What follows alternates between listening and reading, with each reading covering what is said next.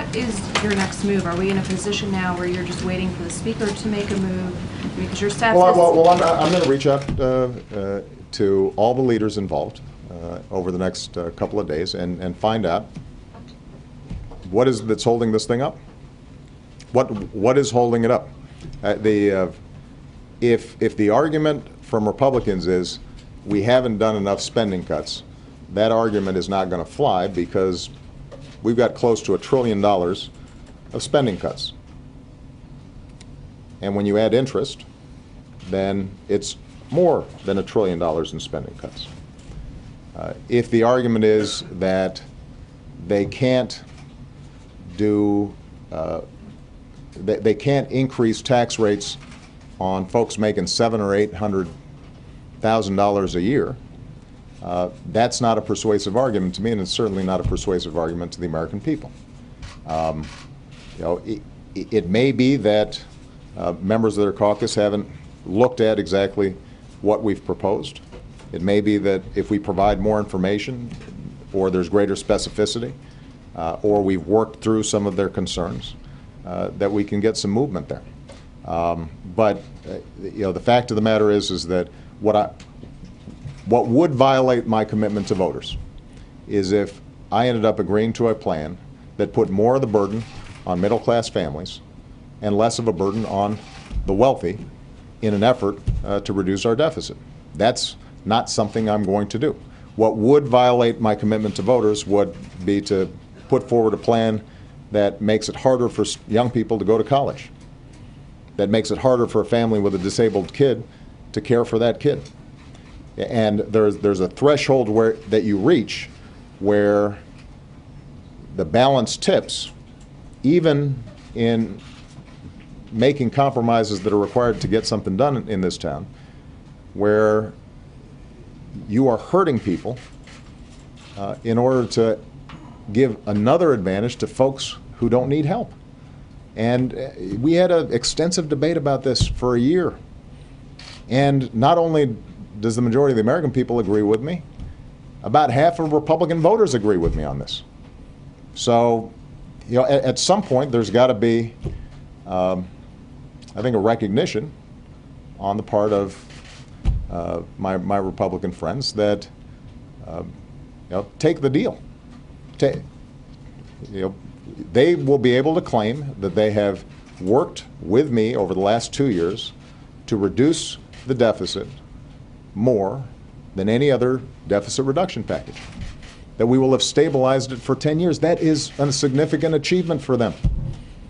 They should be proud of it, but they keep on finding ways to say no as opposed to finding ways to say yes. And I don't know how much of that just has to do with it is very hard for them to say yes to me. But at some point, they've got to take me out of it and think about their voters and think about what's best for the country. And if they do that, if they're not worried about who's winning and who's losing, did they score a point on the president? Did they extract that last little concession? Did they force him to do something he really doesn't want to do, just for the heck of it? And they focus on actually what's good for the country. I actually think we can get this done. You mentioned the 700,000 and 800,000. Are you willing to move on income level, and are there specific things that you would do? I'm not going to get into specific negotiations here. My point is simply, Carol, that if you look at Speaker Boehner's proposal and you look at my proposal, they're actually pretty close.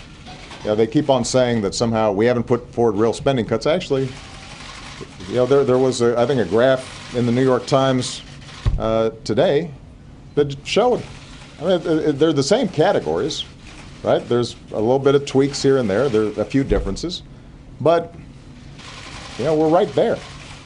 And on the revenue side, there's a difference in terms of them wanting to preserve tax breaks for folks between $250,000 and $1 million that we just can't afford.